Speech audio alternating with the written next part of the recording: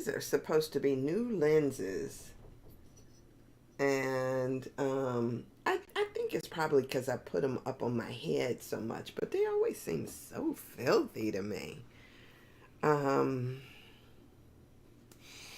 my eyes, they work, and I'm so blessed, so blessed, so blessed.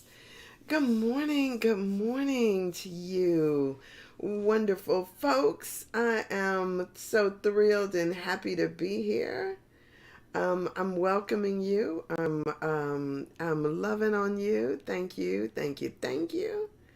I'm excited for today. It's a whole new month. It's a whole new month. And I'm excited about that, y'all, on more than one level. My dude been holding out on me. So I'm excited, y'all. I'll tell you about that in just a minute. But my desk is crowding in around me. Yesterday I spent a couple of hours looking for my headsets because I need a new iPhone. And my iPhone is so old that I don't even know that they give me a trade in on it. So I have been like hanging on to this old iPhone forever. And and so the microphone in it doesn't work. So without my headsets, I cannot answer or talk on the phone because nobody hears me, as a matter of fact. So yesterday I was looking for my headsets for a couple of hours. As a matter of fact, I just decided I'm gonna give up. I'm just everybody that calls me, I'm gonna text them and say I couldn't talk. That was the decision I made.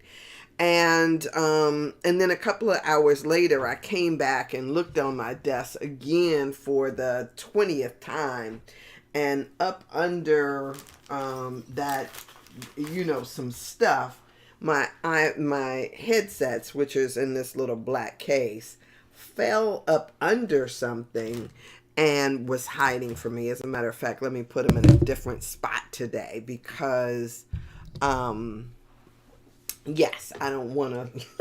I can't use my phone without the headset. So, there. Anyway, it's a brand new month, and I want to say, hey, what's up in this new month? The February 2023. I am just so excited about it and glad that you are here with me. I want to, for a second, yesterday, I was talking to a friend of mine who said that, to my surprise, that she said that she lately has not been able to see me in the morning. I didn't know she watched, right? And she said that, it'll come up and tell her that I'm on, but she hasn't been able to, for some reason, click on it.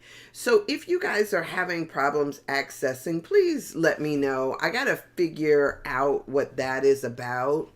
And I also want to say that I don't know who is watching. I know that there are some people that when they are doing their live broadcast, they actually can see you and call your name. The only way I see who is on here is if you drop a comment in the comment section. I don't know if it's because I'm on a desktop that is the function. When I check on my phone, usually my phone I can see more stuff, which is weird. But y'all know my eyesight is such that when I'm trying to look on my phone, I can't look anyplace else because it takes it takes energy for me to try to look at. Look, I need a new phone. I don't know what this is. It's just crazy. So, just in case, and she told me, she says, well, I do likes on there. You don't see my like when I do a like. No, I have not. As a matter of fact, if I don't know anybody has liked anything, until usually after the fact, after I get off of here. Or if I see like something floating past, maybe then, but I don't really, I don't. So if you are feeling slighted or something because I don't acknowledge you, it's only because you haven't put anything in the comment section. Or sometimes there's such a lag behind what I say, and then when it shows up in the comment section, um, I'm sorry. I'm sorry. Blame it on technology and my antiquated equipment here. I don't know. But whatever the case may be, I appreciate you being here now, and I appreciate you watching, and I know and trust that there is something for you. Now, having said all of that, I'm excited, not just because it is the beginning of February and, you know, so there's so much to that. You know, they say that this is the time that we celebrate Black History Month. And I want to say to you, if you are still in the mode where you are letting somebody else dictate what your Black history is, I would say, you know, come on up, come on up, come on up. You know, we need to look at Black history as more than when the, you know, our more than just our capture and captivity. That Black history started long before that. As a matter of fact, when I was in college, if I had to think of a way of modeling myself, I wanted to be, Angela Davis is my girl, but I really wanted to flow in the energy of Queen Nzinga. Nzinga. So if you don't know who she is, as a matter of fact, when we think about even how somebody else portrays our history, it's all wrong. So they don't want to tell you how long Nzinga, Queen Nzinga, fought the Portuguese and kept them out of her kingdom. And so it is, it just, I mean, when you think about the powerhouses that have historically, been all through our history, it is just amazing. And so we come from a lineage of just amazing, amazing longevity, history, strength, pride, honor, all of those things. And if we just think about what happened in captivity, we have missed it. And could you imagine that that they didn't even get the best of the best, right? Some of us, you know, whatever, but what it is, what it is. So I'm just excited about that, and kind of existing in that energy and all that good stuff. Now, a couple of things. I feel like my dude was holding out on me. Did I say that already? So I want to unplug this Kindle. So now, you know that usually sometime during this first 10 minutes or so it is, it is my efforting to want to read to you the daily guides for the month. Well, these daily guides have a tendency to go up and down for me because every month they have a different contributor. And so I think it was in January, I was feeling as if the contributor, the writer of those was just kind of like nandy-pandy kind of thing. I really like what I call I don't want to call it hardcore. I like things that cause you to stretch, that cause you to think. And so when I read somebody's writing, sometimes what I'm getting a feel for is if I'm just kind of reading their musings or I'm reading their stretch. And so, Marilyn Louise Leo had her days last month, and then the guy before her, I thought he was pretty good. He was decent.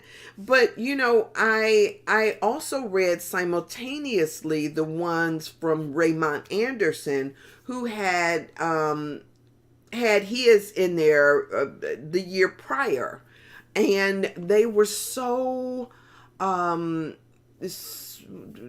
transformative to me that I started reading both simultaneously here online. Well, when I opened up my thing today, because I like to tell you who it is that I'm reading, I just wanted to write the name down. Hey, Sandra, good morning, sweetheart. I wanted to write the name down so I could get the name, because I like to give credit where credit is due, one, and to be able to say who it is in the midst of my reading, two, because I don't want to take credit for somebody else's thoughts, and I like to interject and say what it is that I'm thinking. So, this I opened up my thing, just to see who the contributor was. It is your birthday, isn't it? I know it's your birth month. But is it your birthday? When is your birthday, darling? How wonderful is that? Mine's is next month. So, I get it. I don't even know what I'm going to do. I have so pulled back off of this. But if you do something, look, I want to just tell everybody, if y'all want me to come out, make sure it's happy hour. Cause I'm not into the 9 o'clock, 8 o'clock, 9 o'clock, 10 o'clock stuff. I may be up, but I don't want to be out. I don't want to have to drive myself out anywhere. So, happy hour if you want to see me. I'm so special, aren't I? Okay, so I opened up the daily guides to see who it is. And would you believe that it is Raymond Anderson? I was like, woo! I'm so excited about that. And then Sandra's birthday is tomorrow. Yay! Oh, good. Look, tomorrow is Thursday. What's happening? Are you doing something? Let me figure out where I can fit in. Whatever. I don't know. Yeah. I've been singing Home this morning by from The Wiz, singing Home. Yes. I don't even want to try to start singing that for y'all, but it's just like home, right? So Raymond Anderson is the author of, and it is unusual to see someone, I don't know if I want to say turn around that quickly, because it seems like they have a lot of people before you get back to a person again. So I am so honored and so blessed. I feel so excited, like I'm about to open up a gift for y'all. To be able to read Raymond Anderson's daily guides. And I know that sometimes he watches. So I'm sending him blessings, love, and affection, right? Oh, if you're listening, God, please bless this man and all that he has offered here. I know it's real. And I want to bust out in that song again. It's real to me, right? It is so good. I haven't even previewed or scanned or anything like this, but let me in here, I don't normally do this, but So let me just tell you guys a little bit about Raymont, and before we get into these daily guides, and then I will go from there. The last time look, I don't know if y'all can see this, but his big, pretty, beautiful smile, right? That's Raymont right there, and he is the theme. I think that they've got a theme for this month, and so here's I'm gonna read this just because I can, it's my hour, and I'm so glad that y'all are here. And so I want to just because I'm just thrilled about this. He says our inspiration, this is what it says, our inspiration for this month is a power inherent in what it means to be curious, the power that comes from being, as Ernest Holmes said, open at the top. Curiosity asks life-changing questions. What is mine to do? What does it mean to create a world that works for all? This is in many ways what it means to practice Japanese concept of kaizen. Constant, never-ending, refining, improving, and practicing the practice of practical and effective ways. So, this morning in my writing, good morning, Linda. Hello, beautiful. How you doing?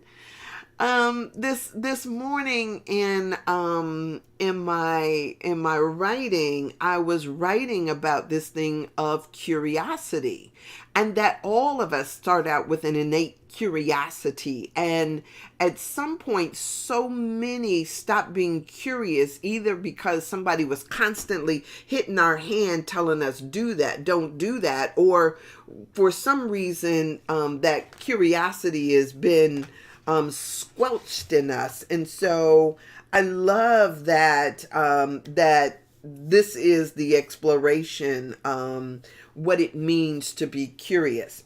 So Raymont Anderson has his PhD and has a reputation for being a movie and comic book aficionado because he loves the metaphysical exploration of modern day mythology and the power inherent in the vast narratives we create. So man after my own heart.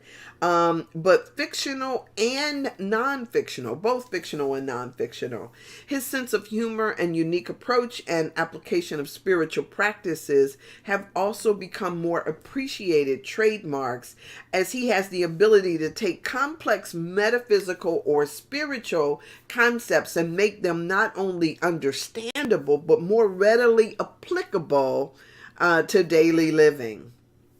As a founding member of a new teaching center, he is excited to manifest the beloved community and curious to see what is possible when we collectively make New Thought, Science of Mind, Centers for Spiritual Living household names in a world that works and heals all. So we are sending healing vibrations of love and yes, and success and all of that to Raymont as we embark on this daily guide. So from my heart to yours and to his, like, you know, if we are just sending our light and energy through that to him, just oh my gosh, thank you. So his first one, day one on here, is the title of this is called The Superpower of Curiosity. His first quote he takes from Matthew 7:7 from the New International Version of the Bible.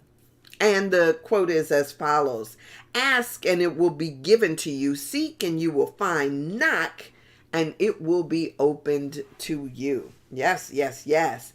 And from Ernest Holmes, Words That Heal Today, he says, if Jesus were the example, we should follow his teaching and seek to make it practical in our everyday living.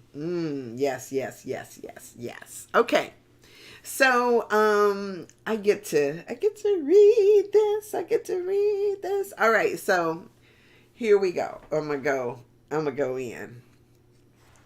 So, from Raymond Anderson.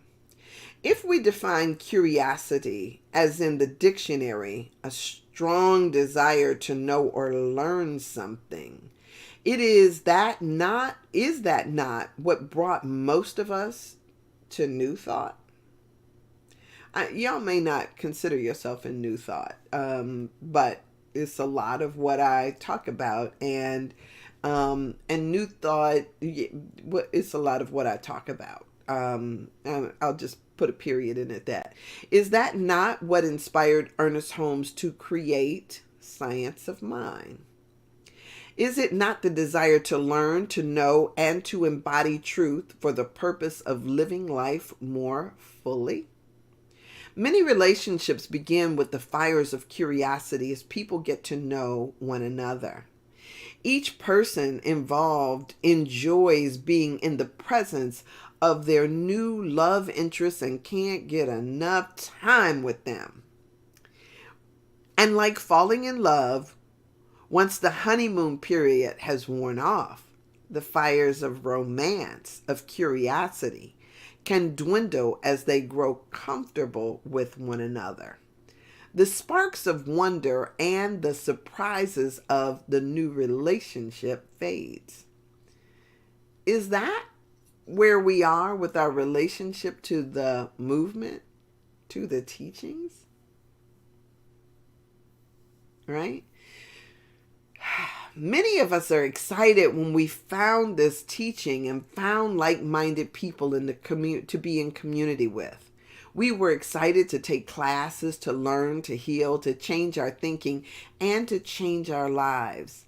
Are we still as excited to learn, to practice, to be in community, or has the honeymoon or curiosity of the teaching worn off? Are you willing to rekindle the curiosity to fall in love again with the teaching, our community, and this movement? Are we willing, as Holmes asked or said above, to seek and to make practical in our everyday life? The affirmation that he puts with this is, as I seek and find ways to make Science of Mind practical in my life, everyday living, and to fall in love anew with this thing called life. Amen, amen. All right, so, and let me say a little bit something about that. When I started out my journey into this like spiritual, what would I call it? It was a spiritual journey. I will tell y'all, it was in 1990. Now, I had been raised in a church, right? In a Baptist church. Used to sit next to my mom when we went to church. My grandmother sat over in the mother's board. You know what that is. And the Dr. Watts would, we get there to do the, the whole Dr. Watts thing. I love the Lord. He heard my cry. Y'all know that. And then there's the call and response. I love.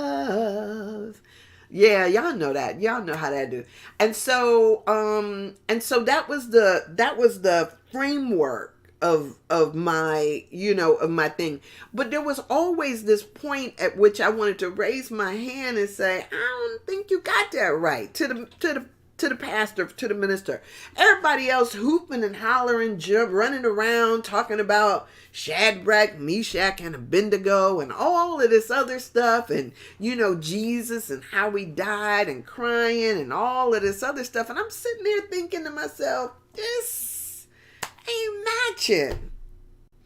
So I had more questions than I did answers.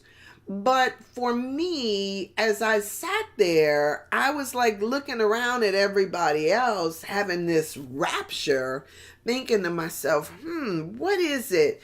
I mean, I feel the move. I feel spirit in the room, but it wasn't making sense. It's like, Y'all ever seen like some of these videos that you see? You ever see the, hey Juan, good morning, good morning? He's like, wow. You ever see some of these TikTok videos and people be on there dancing and stuff like that, but the dance moves don't fit the music that they're dancing to? You ever see that? It's kind of like my lips may look right here and right now. Like you see my lips moving, but they're not exactly in alignment with the sound. It's something off. And so I used to sit in church always thinking to myself, something ain't right. Something just ain't right, right? And so, that was where I was. And so when I went overseas, I tell y'all, I was homesick at first. I was so homesick.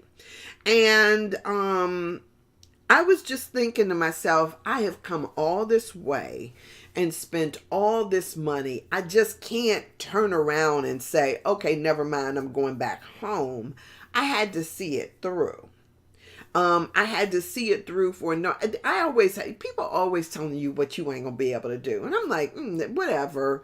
I'm doing this, right? So I'm over there, and I was at first having like this culture shock, this miserable thing. It was frosty cold, and I didn't really know. This was initially. And so what I had decided is I had my little raggedy Bible with me. Y'all have seen it. It's all raggedy still.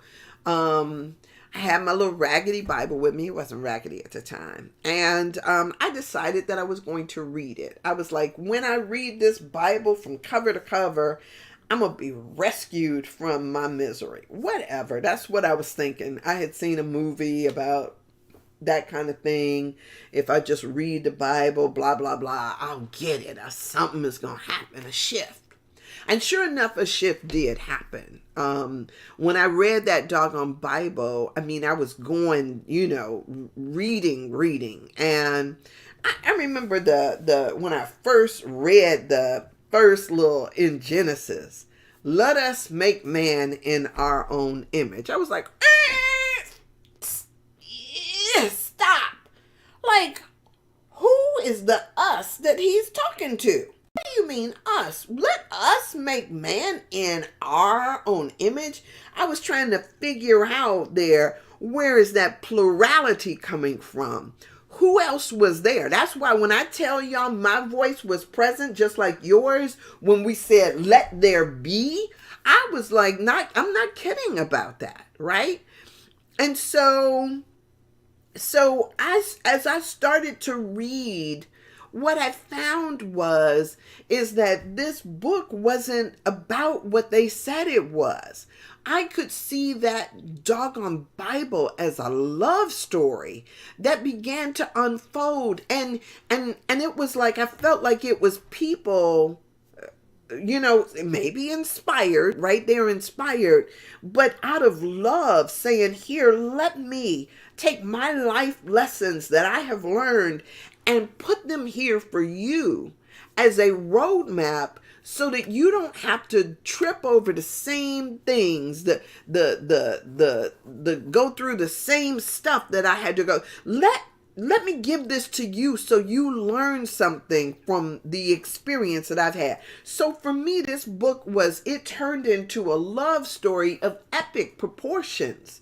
And I saw the love in it throughout. So when I hear people and they're telling me, what thus saith, this and what thus saith that, and making somehow you feel as if you're not loved and accepted, and that all the stuff is for your highest and best good. I was like, when I come back here and I hear that stuff, I'm like thinking to myself, who told you to tell us this crap?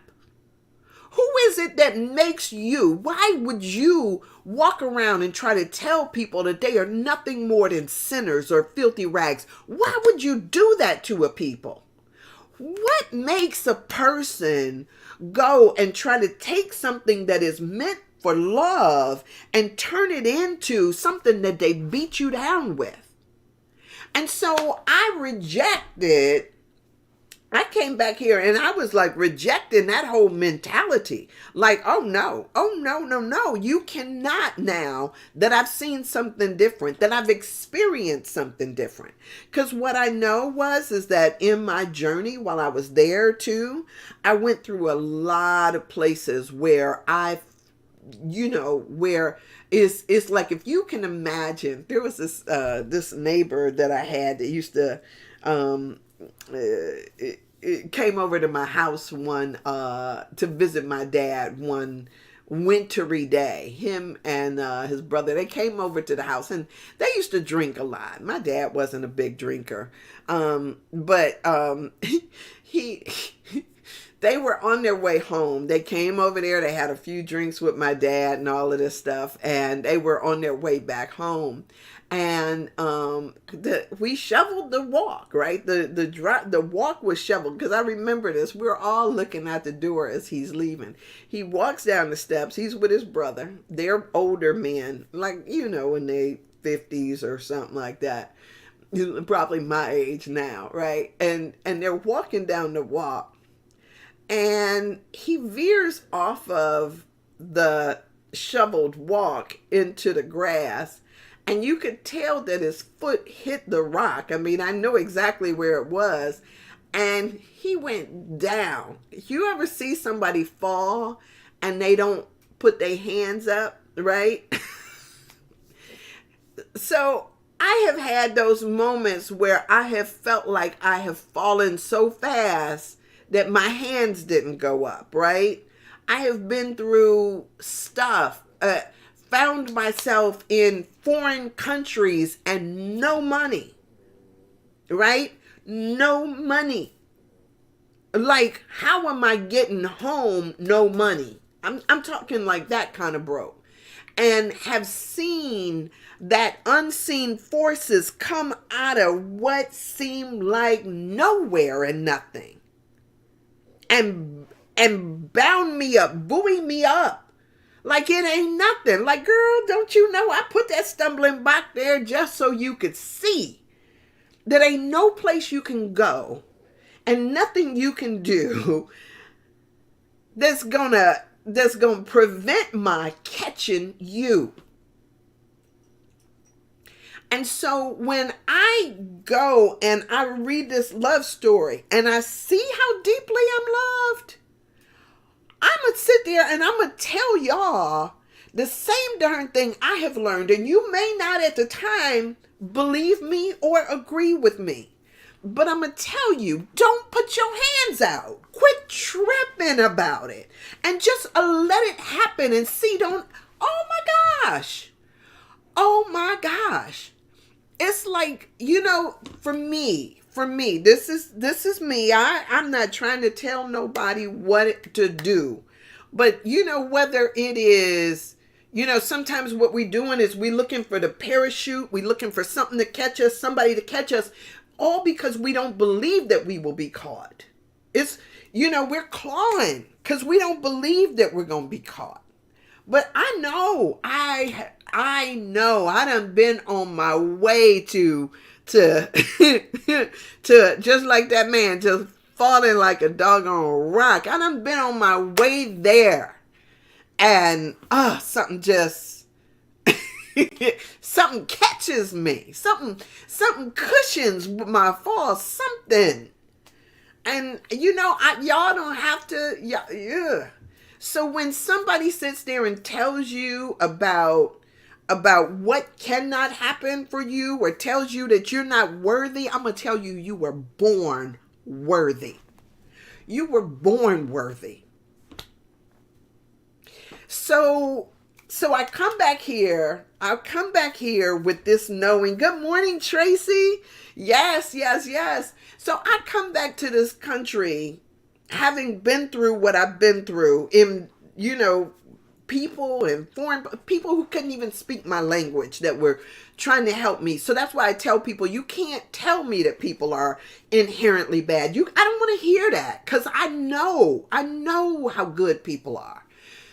So, and with no reason to help me or no reason to have a desire to see, anything happen for me. No reason. And yet and still, magical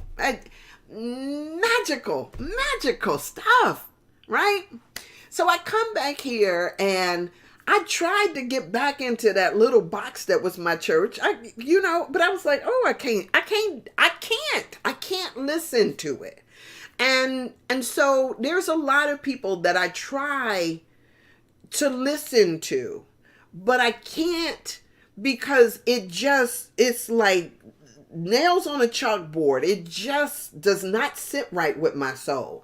And rather than me being disrespectful or anything else like that, I just nope, can't hear it. Can't get with that. As a matter of fact, I have had people, ministers, who have told me, oh yeah, but people don't want to hear that. People want you to tell them the rules so that they can follow the rules. If you just number it and step 1, step 2, he's like, they have told me people want you to be that way with them. And so that's why they that way. And I know there are some guys that the meaner you are to them, the better they like you, all of that stuff. I don't respond to that.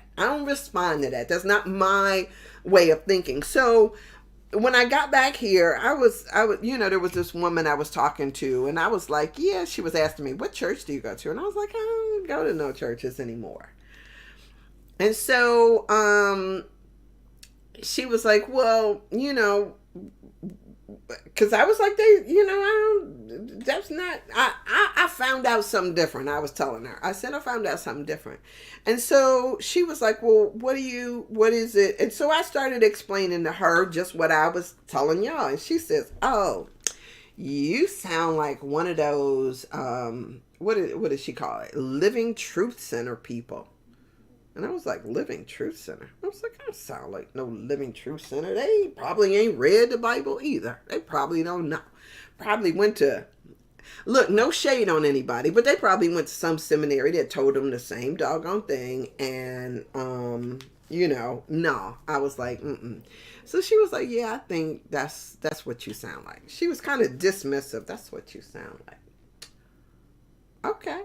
So, some months go by, and then I decided I would stick my head into this Living Truth Center because I, just wanted to have that community kind of feel. I wanted to go, when I would go back to my old church, they look at you like, girl, I thought you died. What you doing in here? That's what I was getting, right? The shade. Like it was funny. Whatever. So I go to the Living Truth Center, and at the time their minister was Ann Jeffries. And, for me, there was a lot of people that have gone to that church that didn't like Reverend Ann, right? For whatever reason. Personality stuff, whatever. But when I got there, that woman was on fire. She was... she was talking about this thing of, you don't plant a watermelon seed and expect to get turnips, She said that a thought manifests after its own kind. So what you're planting, you're going to reap. And I remember writing that down when I got home, and I was thinking to myself, okay, I'm going to go back.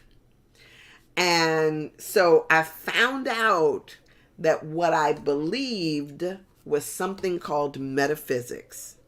That's what I found out. That what I had learned from actually reading the Bible was something called metaphysics. So I found that church. And then that was under the Johnnie Colemon Institute. Johnnie Colemon is a badass black woman out of Chicago. I'm sorry, she's passed now, but just a powerhouse of a woman, right? And she basically put churches all over the globe. She started the Johnny Coleman Institute. So she had a mega church there in Chicago. And then she started having all of these satellite churches, every place, including in Jamaica and over on the African continent. She got churches, some of every place. She was bad, right? And just as get your thinking together, she was that kind of woman. And so she had placed Anne Jeffries here, which is where I got my first taste of metaphysics. And then I went into what is also called Science of Mind, that was started by Ernest Holmes, who is a white man. And Ernest Holmes is a contemporary of Johnny Coleman, as was Reverend Ike, right? And so the depth of what he was able to establish, if you can imagine a black woman established all of that. Ernest Holmes was one that, just like the Fillmores out of Unity, they, all of that is in metaphysics, or what we call New Thought. And so that expanded and expanded. And it talks about you and seeing your God self, not some BS that people try to give you and try to make you believe that you need to, that you have fallen short. No. It is this: recognize who you are. And so when he's asking, have we lost that zeal for what it is, if it's metaphysics, if it's New Thought, have you lost that zeal? What is it, when we're starting to look at ourselves differently, when we're starting to change our mind about who we are, sometimes once you come a certain place or come to a certain point, you feel like you've plateaued. But now here, I'm going to say this, because this is when y'all tell me about, oh, you seem so excited and your energy is so high every day and all blah, blah, blah, blah, blah. Right? Okay. So the thing about it is I tell y'all all the time, it's because I see God everywhere. Everywhere. I don't look at something and think, oh, that's worldly, or that's, or I don't know. And everything, in all things, all the time, every day, in the wind blowing, in a whatever it is, I am like looking at it like, oh, God must be speaking to me, talking to me, blah, blah, blah, blah, blah. I'm feeling it. And so if I pick up a book in mythology, or if I pick up a Bible, if somebody comes to me and starts talking to me about health and healing, I'm looking at it like we live in a world that operates based on the same principles that operate in your body is what operates in this world. So if you look at nature, if you look at the weather, if you look at all of that, the same principles are mirrored everywhere. The same, whether it's the circulatory system or whatever it is. And so the same things that break down your body are the same things that break down in the larger world. And then for me, it's like unlocking a puzzle, a piece of a puzzle that I'm looking at and saying, man, how does this apply? So when you tell me that, oh, I got this disease or this hurt, I'm like, I go straight to, like, if we look at this like a system that's all working together, what's out of place? What's out of sync? And sometimes you don't recognize that there is a power to thought, to a power to our mind that is, you might think that a thought is not a thing, but a thought is a thing. And it can cause congestion in your body. Unforgiveness can cause congestion in your body. It can cause constriction. Judgment can cause things in your body. Just like anything else in the flow gets blocked, your stuff in your body gets blocked. And usually what we do is people have learned to go to a doctor, somebody in a white coat. We've been programmed to think that somehow this stranger knows more about our bodies than we know about our bodies. And what the thing is because they see more bodies, they tell you the patterns that they've seen. They see the patterns. Oh, I know what this is because it walks like a duck, talks like a duck, sounds like a duck, moves like a duck. I'm going to tell you that it's a duck because I've seen this 100 times. So when Dr. Brown came on last week, when I was talking to him, and I talked to him about kidney failure, he says, I can tell you it's either diabetes or high blood pressure because that's what happens in our community. You give us the United States population and you talk about this, it's because of that. He's like, 9 times out of 10, if you see 100 cases of this, this is the culprit. So when we see things that are reoccurring in our society, right, it becomes this thing of they can predict what it is based on how it shows up. But what they don't break down for you is let me tell you about what happened in your family line that makes this a likely outcome. Because if you are thinking the same way that you've always thought, or if you're not doing this, or if you're not stirring up that, if you're not doing whatever it is that you need to do for a healing or to occur, then this is the trajectory of it, right? And so, when a friend of mine saying, well, to me that, oh, my mother died at this age, or my dad died at that age. No. Right? If that Bible ain't taught you nothing else, there's a difference between, where we were and the possibility of what can happen. Last night in the class that I'm taking, one of the things that they talked about is that when people have that moment of recognition, of clarity, there's a change in consciousness, which then therefore means that there's a change in name. And so there's a shift, right? There's a shift that happens. So Saul was persecuting and killing Christians and doing all this stuff. He had a moment of clarity. And then when that moment of clarity came, he turned from where he was. And then there was a requirement of a new name. Abram became Abraham because there was a shift in consciousness. A shift in consciousness is possible for each and every one of us. But you got to choose it. You can wait. It's amazing to me. The people, there was this woman, I tell you, I adored this woman. When I was younger, I went to, not to tell y'all too much about this, but, because I hate really telling people's business, so I'm not, right? But let me tell you, she was the director of this, this major company, and I went in there for an interview, and I was like, damn, this sister is bad. That's what I was thinking to myself. This sister is bad, right?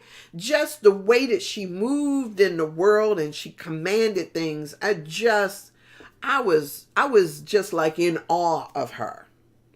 Now, I will tell you that there are a lot of times that people like that are having what I would call what is that guy's name? They're having a Jonah experience, right? Seems like life is going good. They got all the stuff and all the trappings, and people are looking at them and holding them in high esteem, and they get some instructions, right? They get some instructions. I got a friend of mine who just got some new instructions. And, his new instructions was taking him someplace. Now, what I will tell you is, if you get new instructions and you don't follow those new instructions, something happens like Jonah got swallowed up by a whale. And oh my gosh, he got swallowed up by a whale, and knowing that he was told that he was supposed to go and do something. But no, he knew better, right? Oh no, I'm not doing that. He gets swallowed up, only to get spit out right where he was supposed to be. I hear people like this woman. She was doing good all of her life. Seemed like she had it in order. She was, how we do. We go buy a nice big house and we flossing and living and all of this stuff. And she got into a car accident. She got into a car accident, and not only did that accident have her, I want to say she was in a coma for a while. And then when she came out of coma, she had to learn how to walk all over again. She had, a unit that had to send shock waves up her spine. And she went down hard. Talk about hard. Took a detour into darkness. And so it's really interesting to watch how sometimes, when you don't live into the purpose of your life begins to deteriorate because you're not doing what it is that you contracted to come here to this planet to do. To take on this body, to be who you are. When you're not being that, it might as well just be like, oh, yeah, you know what, we gave you a chance. And there's some great stories about stuff like this, right? We gave you a chance, but you're not doing it, right? And so let's start over some, recall this soul, this spirit, because it don't get it. Right? It's still busy running around trying to floss, trying to perpetrate, trying to do all of this other stuff. It doesn't get it. And so they pull your number. So she ended up, she was down and out for a while. I mean, for some years. It just seemed like life had just taken a straight detour. Now, it's moments like those, hopefully, that people have those. And that's the road to Damascus thing. On the road to Damascus, it made it seem like, oh, he was only, down and out for a little while. When was it Abraham was told? No, I forget who it was. It rendered him mute for a time. He couldn't speak no more because he was busy saying, what, this couldn't happen. Those things, they seem like they only happen for a couple of months, but sometimes it happens because you don't have the ability, the wherewithal in your mind to say, you know what, I need to figure out what it is that I'm supposed to be doing. Stuff takes you the heck out. And sometimes when you're dealing with a dis-ease, it's because you've been sidelined for a minute. Like, let me give you a chance to reassess what it is that you're supposed to be doing here. So that either you can choose to keep going down that path, or you can choose to correct your steps and go down or begin to walk in your purpose as opposed to what you've been doing. So it becomes a moment for you to step back and reassess. So when I ran into this woman, I ran into her while she was in the midst of her dark period. And I remember looking at her from across the room and thinking to myself, she is a shadow of who she was when I was just in awe of her, a shadow of her. And I went over to her and I stood there. She didn't even know who I was, right? She don't even remember meeting me. But I looked her in the eye and I said, let me remind you. Y'all about to cry. I'm not going to cry. Let me remind you of who you are and the impact you had on my life and what I could do because of you. And I told her, I said, I need you. I need you to dust yourself off and to stand back up in your power so that you know who you are and you begin to walk in those same steps, not chasing after the stuff, but becoming who you are meant to be. Because you wouldn't have impacted me like that had there not been a purpose and a plan over your life. Maybe that was. Maybe once she went through all of that stuff, maybe it was done. Maybe all she was supposed to do was meet me. But I don't think so. As a matter of fact, I know not. And so it's so funny because as I walked away from her, I think she was with her niece or somebody. And the girl asked her, she was like, "Do you remember her?" And she was like, "No." And she says, "Well," she says, "I think you need to just sit with that. Just, cause I needed to like break off from that. Cause I was kind of I don't want to say I was embarrassed to see, where she was, but I knew that she was no longer, you could tell just in her whole countenance. She didn't even glow. It's like the light had gone off inside of her and she didn't know who she was. And I was like thinking to myself, I'm going to remind you. And so, yes, I want to be that person that bears witness. When I see you, I want to say that I see God in you, even if you don't see it in yourself. And that's why I talk about this stuff of doing mirror work all the time. See it in yourself. And so as we see it in ourselves, oh my gosh, there is, who are we to play small? Who are you to play small? So, yeah, I just, that ain't even what I was supposed to talk about today, y'all. But I just, when I think about this, I'm so grateful for my journey. I'm so grateful.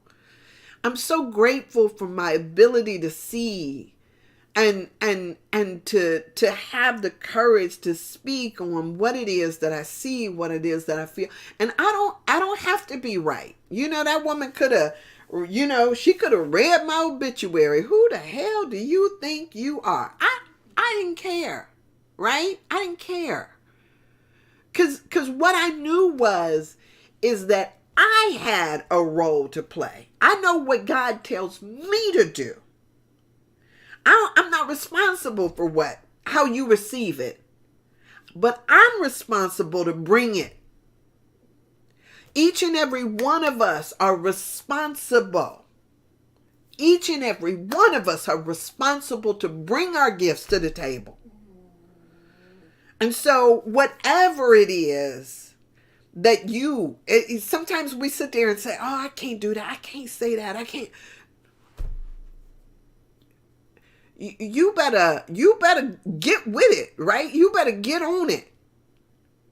Because just like one person is, and you've seen it happen. You've seen it happen before. You may not put it in a spiritual language, or you may not spiritualize it and see it in the way that I do. Sometimes people will sit there and they talk about, "Oh, I've been healed, and won't he do it, and won't he do it?" It ain't for nothing. It ain't for nothing. When you are healed, it is because now you have to be recommitted to the purpose for which you were born. And it's not just "Oh, look at me, I'm so special. I got this, I got that." It's not just that. I know somebody might be saying, "Oh, but Sandra, I don't know what my purpose is." Right? But here's the thing. Because it don't have to be something big. It doesn't have to be, "Oh, I started a school." It don't have to be anything that is so like profound and that, our egos get caught up in. But when it's before you to show up, it's showing up. It's not sitting there biting your tongue, being fearful. It's not, no, it's not any of that stuff. And one of the things that Jesus said to his disciples, He was like, don't worry about what you're going to say. I'll give it to you when you get there. Go. Go where I send you. And I'll tell you in that self same hour, in the self same moment. I didn't know what I was going to say to that woman when I walked up to her. I was like, I saw her and I thought, oh, is that her? And I knew that I had to go over to her and say something. And sometimes I can hear myself talking and I don't know what the hell is coming out of my mouth. I don't know.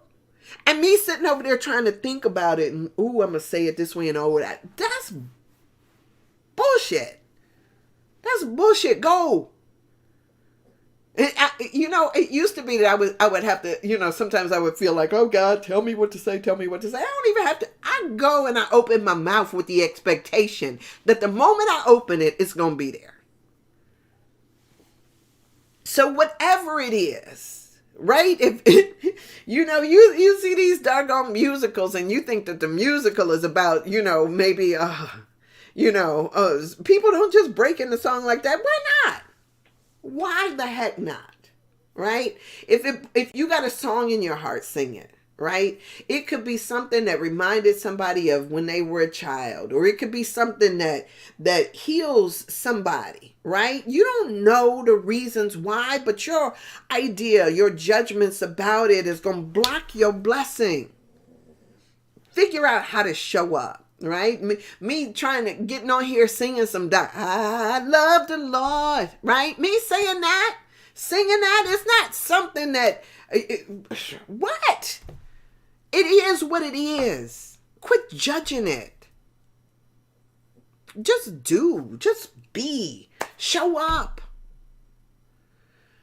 So, yeah, that's what I got. That's what I got. I didn't even I said that I was going to start a new book today.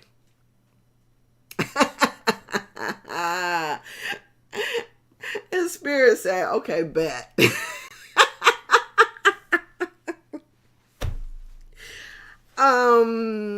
Okay. Yes. And I'm sweating. So, yeah, I'm so glad that you were all here and had the opportunity to share this moment with me. Because, like I said, I don't know what's about to come out of my mouth either. I don't know. And that Raymond started it, right? But it's all good. It's all what it is. So I appreciate y'all being here. I will, Sandra, Juan, Tracy, everybody, thank you for this. Sandra, I know, and for y'all who can't see the chat,